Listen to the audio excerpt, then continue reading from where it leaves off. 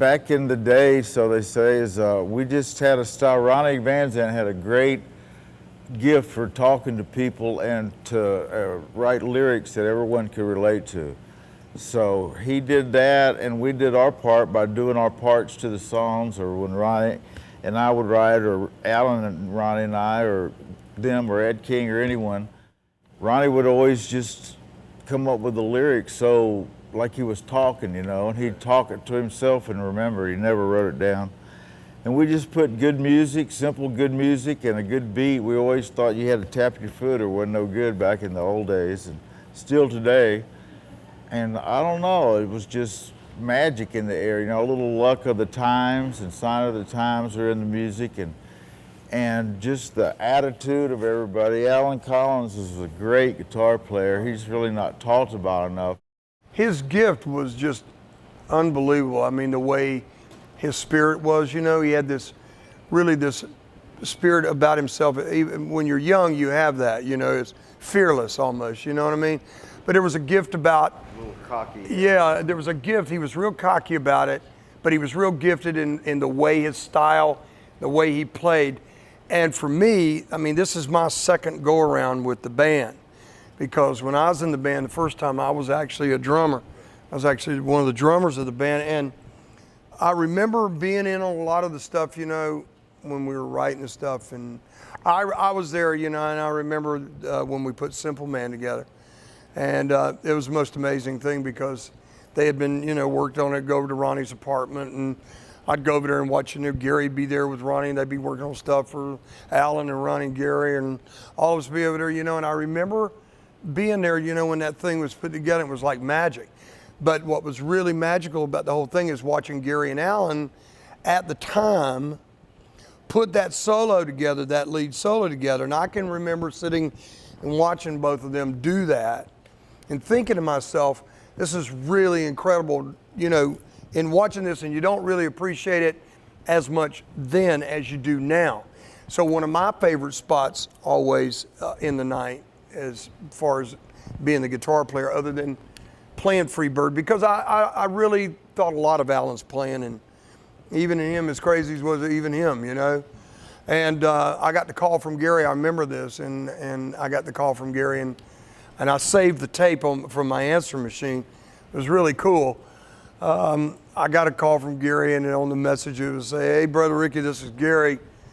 I want you to learn I Ain't the One, Saturday Night, Smell, and Freebird. And I want to come down, I'm on audition. If you pass the audition, I'll give you $1.50 and a Snickers bar." You know? And so I set about, what was so cool about it is that my style of playing, kind of ironically, was really kind of similar to Alan's, you know, it's just in some ways.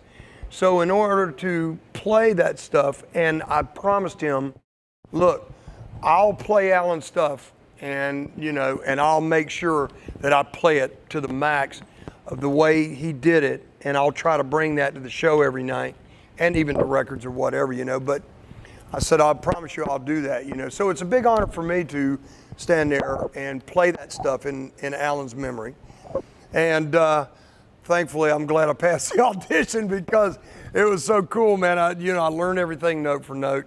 But Alan's spirit was just a real free-spirited thing. And especially being back there when you're young, like a garage band, you got the whole world out in front of you, and you're real innocent at that time, you know, and you go, okay, we're going to chin the world now. Nothing's going to stop us. And that's basically what Lynyrd Skynyrd did, you know.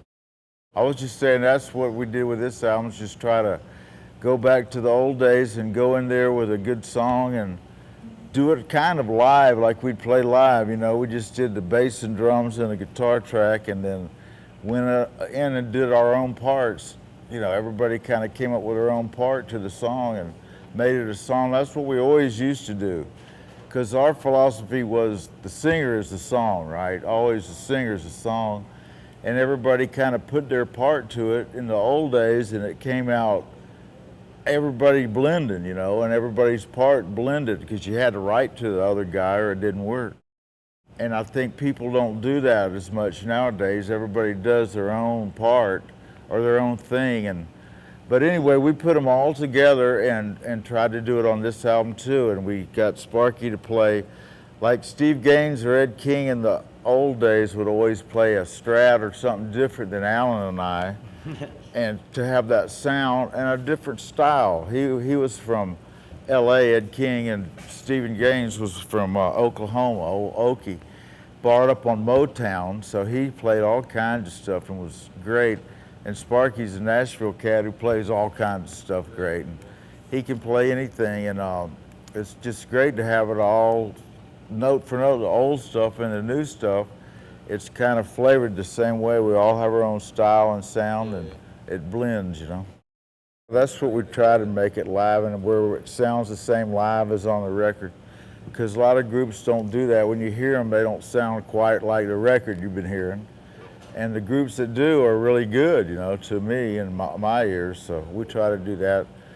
And I don't know, it's just fun again. I mean, everyone knows it's not, Skynyrd fans know it's not the original, but it's the original music played note for note, and the new stuff is the original heart and soul in it through all of us and Johnny, Ronnie's brother, and we kind of put it out as the same feel and the same family vibe, so it's going real good, you know.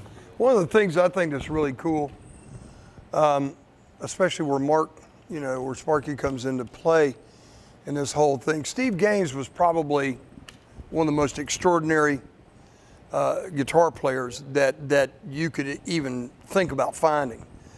I mean, the guy, you know, from what the stories they tell, and unfortunately, I never got a chance to meet him, but from what Gary and the guys always said, he carried a guitar around with him all the time, nonstop.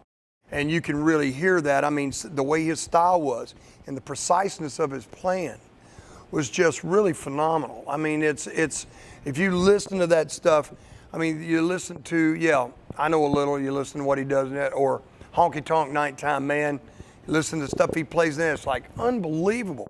And Alan, of course, yeah, and Steve, very, very underrated, you know, even now that they're gone, still underrated, still not talked about enough, you know, as far as guitar players, you know.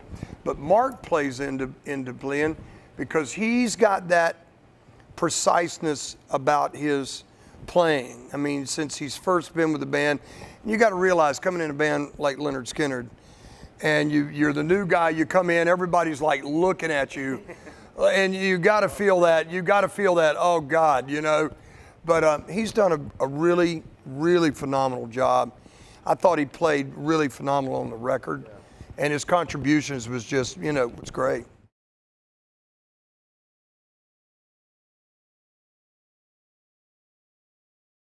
Well, actually, Bob Marlette had written the music for that, and John Five out in L.A., because they had this song a while, and they were thinking of us with the music, and we loved it, you know, so we put our, like I said earlier, we put our parts to it, and Ricky and Johnny wrote some lyrics that just fit. It was like all about the band, just tells the band's story, and a simple story, but we had, earlier this year, we went to Europe, and we went to Liverpool, and we went on the Beatle tour, and they take you to their houses and down Penny Lane, and you see all the stuff, the roundabout and the firemen and all the strawberry fields and this and that. So cool just to see what they saw every day, and they just wrote a song just totally about this road. Where if you wrote one about where you live, it would kind of be, you know, not that cool or not as good, and it's just a miracle song. It's so cool to be there and see what they did and how neat it is. And I think we got that idea from there and put it to our story, or they did, to our story over here, you know, and it's just about that. It's pretty cool because when Johnny and I heard the music, it just reminded me of, like, you know, of course, Southern, you know, but we also thought about the way we were when we were young, and what came to mind, if you'll listen to the verse, we rehearsed, it says, practiced every day out on the hell house land. the band had a place out on this creek called Hell House. And one of the reasons why we called it Hell House is because it was so damn hot. You couldn't hardly stand it. That's why we were probably all so skinny we couldn't, And the deal about it is we wanted to let everybody know what we would like to remember and go back to if we could. You can't go back, of course. But it was really special to come up with those lyrics, especially. It's almost like in honor of Ronnie, Gary, and Alan. And the deal about it is you always want to go back to something, Southern ways is our way. And, yeah, we're a Southern band, Southern rock band, and that's one of the big inspirations for that song, period. John 5, like he said, John 5 and Bob Marlette, Bob Marlette came in with the tune. And boy, it was so perfectly set up. And then all of a sudden I got it with John 5 because John, in the very beginning when we wrote with him, he walked in and I don't know if anybody's ever seen John, but John's one of the coolest guys, but he comes walking in the day, and I'll never forget this as long as I live. He come walking in and we're just sitting there looking at him. And like him coming into the band, it's got to be a tough thing to come walking in, and you see the three guys from Lynyrd Skynyrd just kind of sitting there looking at you. And he looked different. He was a freak.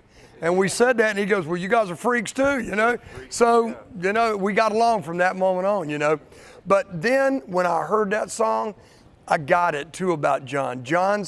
His whole thing is embedded in really heartfelt, soulful music. And that's what, to me, Lynyrd Skynyrd is really about, is heartfelt, very soulful, very salt of the earth stuff, you know what I mean? Billy plays on some of the tunes, but not this particular one. But Bob Marlette played on that, and he played like Billy and thought, what would Billy play here? And it took him a while to do that, and just make it as simple and good as he could. So it was great to us.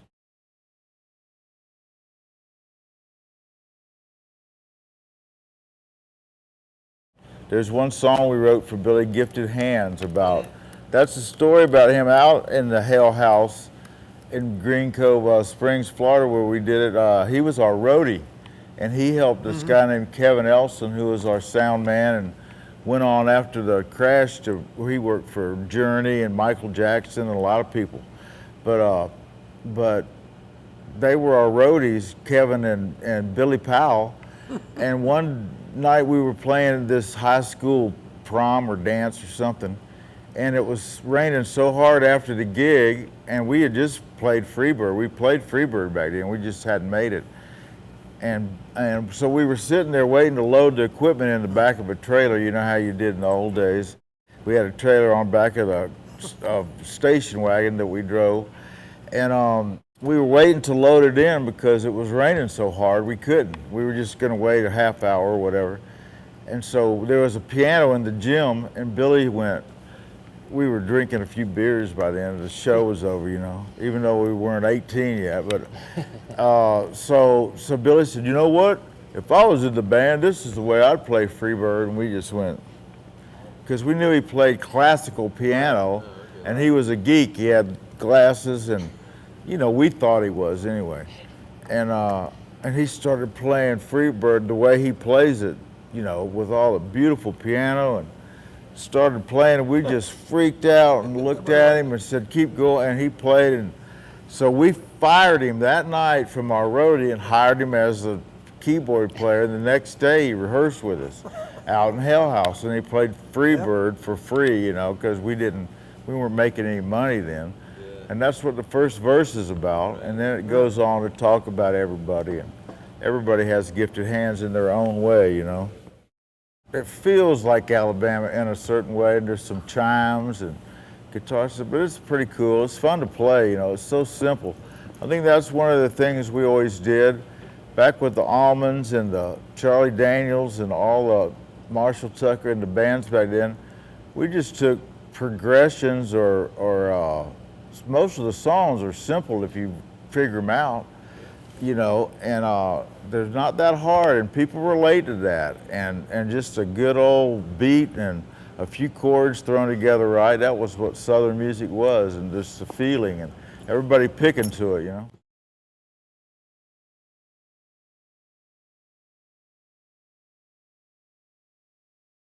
Dwayne inspired us all, and Dickie, so you had to keep up with them. I think that's one of the reasons everybody got good, you know. That's the Dwayne thing Allman. that was the thing about was so cool about Jacksonville in those days, is because you had those guys running around. You had Dickie and Barry Oakley in a band called The Second Coming. You had Dwayne and Greg in the Hourglass and the Almond Joys.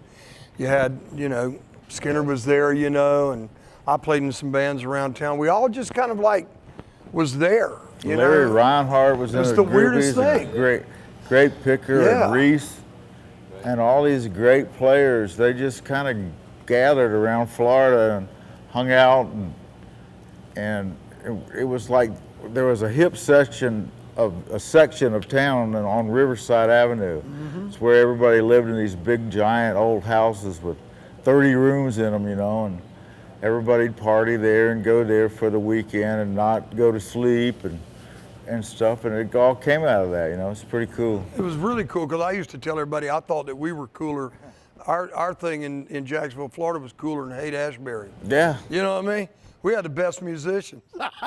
It was the same thing as the West Coast scene, Yeah. or the Southern scene, or New York had its scene, you know, and then we were always influenced by the British scene, and Hendrix and, well, Clapton and Cream and the Stones and the Beatles and all that. That was where we kind of learned from. Back in the old day, it was called the Beachcomber Lounge or the Comic Book Club. The guy's name was Bob McLean, and yeah, he told them to call it The Second Coming, and they were a great band back then, man. It was cool. I tell you, he was one of the coolest club owners to work for you've ever seen. And he got so easy, and you know, those days were just my first gig for Lynyrd Skynyrd wasn't a drummer. I was a light man for those guys for a couple of nights. You know, stepping on buttons and doing the shaky thing over the light, you know, it was psychedelic and everything. So that was actually my first gig with them. Back then it was weird, you know, there wasn't much going on. There was only one cool section in town, and nobody messed with us, you know, so it was pretty cool. And they have B-ins, or out in LA they were love-ins. In Florida they were B-ins, and everybody jammed for all day and up until the night, and it was great. A lot of good picking going on, you know.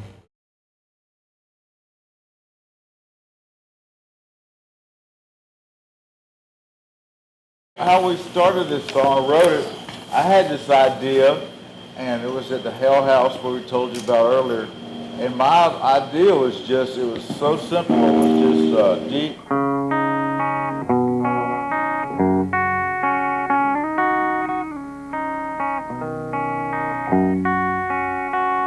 That's all, and I just kept playing that, and Ronnie started writing lyrics, big, you know, to that. And we were there like an hour early before everybody else got there, so I kept playing that little, doesn't even sound like Alabama, really. And then he wrote some lyrics or a verse or so, then the other guys started piling in, and Ed King, we still didn't have, we rehearsed and we forgot about that song. Then we showed Ed and a couple of the guys after rehearsal that day, or that night, I showed him this idea I had. It was just DCG, and Ronnie sang a verse or two, and we said, let's work on that tomorrow. And so Ed came back in, and he had played it like,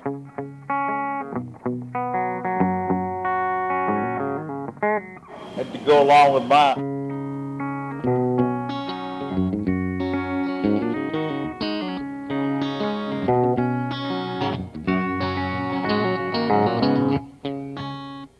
Then he put in some of the,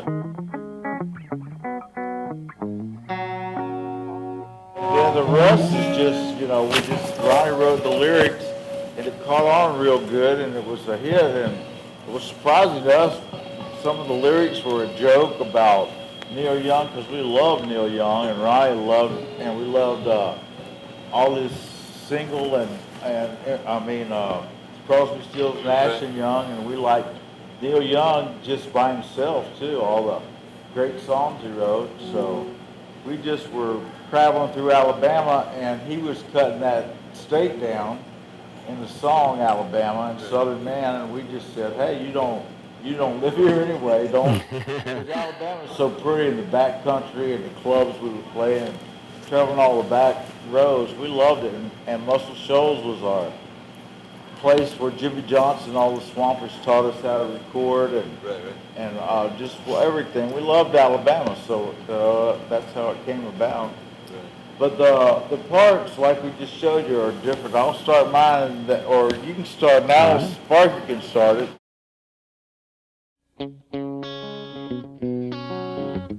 Turn her up.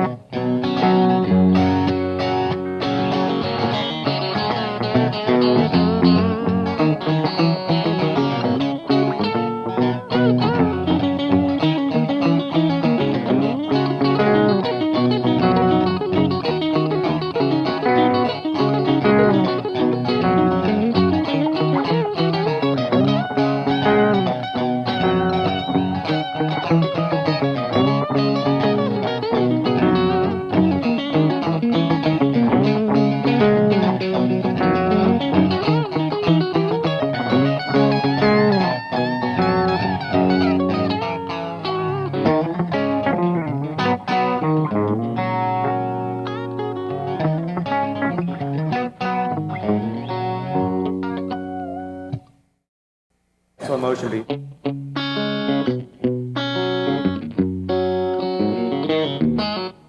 Okay. Now, actually, Ed King, when he played it, I'm pretty sure from the you listening a million times the record, he used the pick.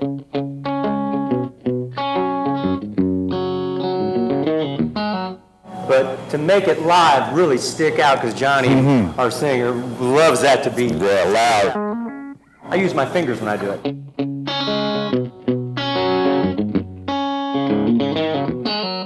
That way it really sticks out. It pops. I went back and they had a video, the old gray whistle test, where they played Alabama on it.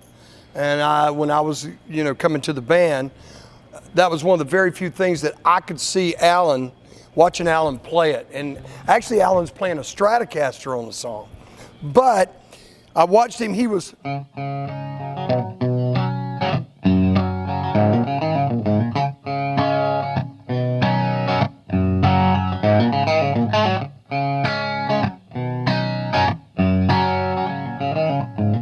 And it was listening to that and watching Ed play it, you know, and Gary, all of them together, you can hear those distinctiveness in it.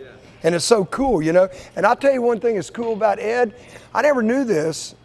You think that he uses a pick, but he uses a seashell.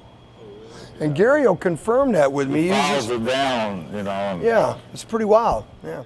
When you hear the record, it's hard to distinct, just like you said. But when you hear, you know, there's 3 parts. Like after we did it, people used to say, "Play Alabama," and my part was. It didn't sound, I'd play that, they go, "No, play the Alabama the way y'all do it." That's my part. That's funny.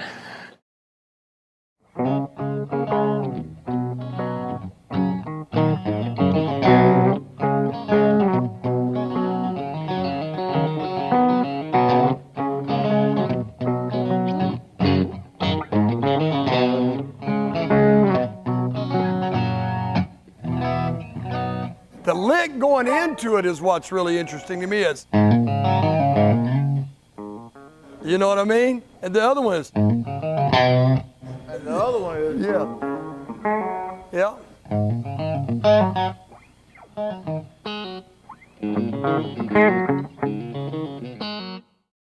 Is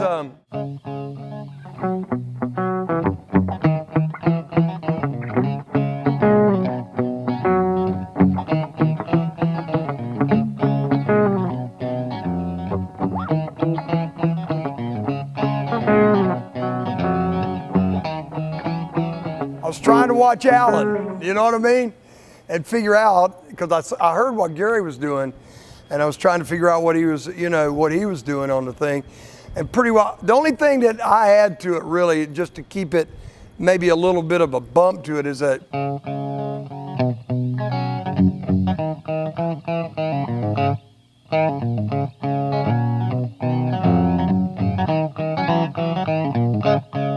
you know, no. Roll it. Yeah, man. And then Billy put his keyboard part or piano part, and it was, I don't know what he's doing over there. He's really hard, you know, and he does a great solo in that. Yeah, it's real fantastic. distinctive, yeah. So it's pretty cool, man.